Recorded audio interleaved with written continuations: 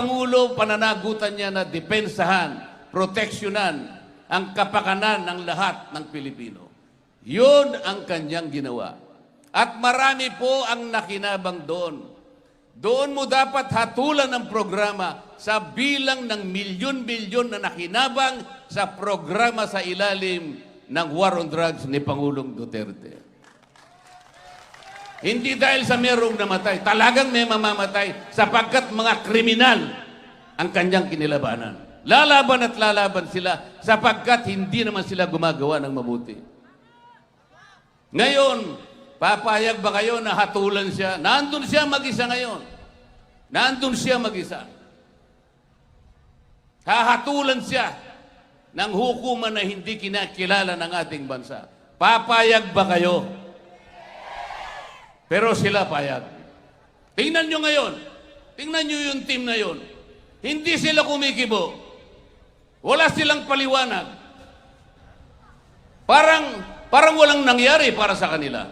Pero sa lahat ng dako, sa lahat ng lugar na puntahan namin, nalulungkot ang napakaraming Pilipino.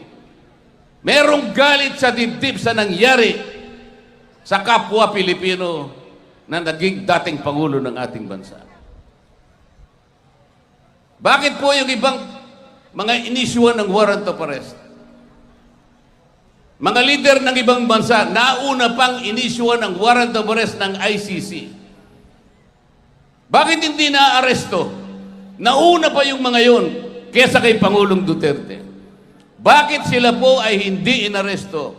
Dahil walang isamang mamamayan ng mga bansa nila ang nagkanulo sa kanilang leader. Dito lamang nangyari, kadugo, kapwa Pilipino, naging Pangulo ng bansa, walang kasalanan, ipinagkanulo ng sariling kadugo. Dito lamang nangyari. Papayagan nyo ba yan? Talagang hindi natin papayagan. Hindi po natin papayagan. Kailangan lamang po tulungan ninyo PDP Laban. PDP Laban ang gagawa lang ng paraan para po pigilan ang lahat ng kanilang binabalak. Hindi po pwedeng matanggal ang Vice President dahil wala siyang kasalanan. Hindi pwedeng hindi umuwi ang ating Pangulo dito sa bansang ito dahil wala siyang kasalanan. Sino po ang gagawa nito? PDP Laban.